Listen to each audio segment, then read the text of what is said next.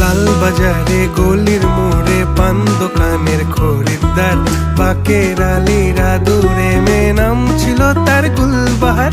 লাল বাজারে গলির মোড়ে পান দোকানের খরিদ্দার, বাকের আলীরা দূরে